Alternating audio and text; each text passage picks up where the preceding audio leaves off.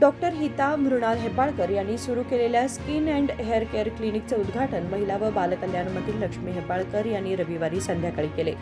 College रोडवरील hotel सन्मानच्या मागील बाजूस असलेल्या दासप्पा शानबाग एम्पायरमध्ये हे क्लिनिक सुरू करण्यात आले आहे. हिता यांनी सखोल अध्ययन करून अत्याधुनिक उपकरणे उपलब्ध करून दिली आहेत.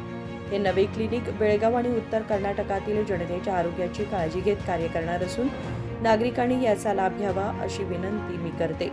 क्लिनिक यशस्वीपणे पुढे जावे आणि डॉक्टर हिता यांची स्वप्ने पूर्ण व्हावीत अशा शुभेच्छा लक्ष्मी हेब्बाळकर यांनी दिल्या. ನಮಸ್ಕಾರ.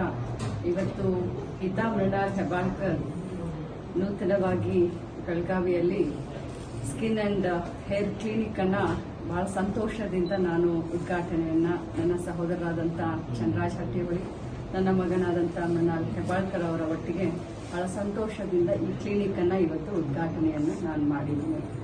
ಹಿತಾ ಹೆಬ್ಬಾಳ್ಕರ್ ಅವರು ಸ್ಕಿನ್ ತಜ್ಞರಾಗಿದ್ದಾರೆ. ಅವರು MD ಕೂಡ MBBS MD ಕೂಡ ಈ ಒಂದು ಸ್ಕಿನ್ ಡಿಪಾರ್ಟ್ಮೆಂಟ್ನಲ್ಲಿ ಮಾಡಿದ್ದಾರೆ.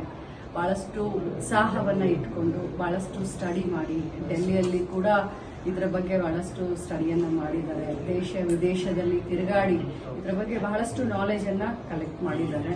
ಬಹಳಷ್ಟು ಅತ್ಯುನ್ನತ ಮತ್ತು ಮಾಡರ್ನೈಸ್ಡ್ ಟೆಕ್ನಾಲಜಿ ಇರುವಂಥ ಎಲ್ಲ ಮಷಿನರಿಗಳನ್ನು ಕೊರಿಯಾದಿಂದ ಮತ್ತು ಇಸ್ರೇಲ್ನಿಂದ ಈ ಕ್ಲಿನಿಕ್ ಅಲ್ಲಿ ಅವರು ತೆಗೆದುಕೊಂಡು ಬಂದಿದ್ದಾರೆ. ಪ್ರಥಮ ಬಾರಿಗೆ ಬೆಳಗಾವಿಯಲ್ಲಿ, ಅದರಲ್ಲೂ ಉತ್ತರ ಕರ್ನಾಟಕ ಭಾಗದ ಈ ಎಲ್ಲ ನನ್ನ ಜನರಿಗೆ, ಅದರಲ್ಲೂ ಇವತ್ತಿನ ಆಧುನಿಕ ಕಾಲದಲ್ಲಿ ಸ್ಕಿನ್ ಅನ್ನ ನಾವು ಬಹಳಷ್ಟು ಚೆನ್ನಾಗಿ ನಾವು ನೋಡ್ಕೊಳ್ಬೇಕಾಗುತ್ತೆ.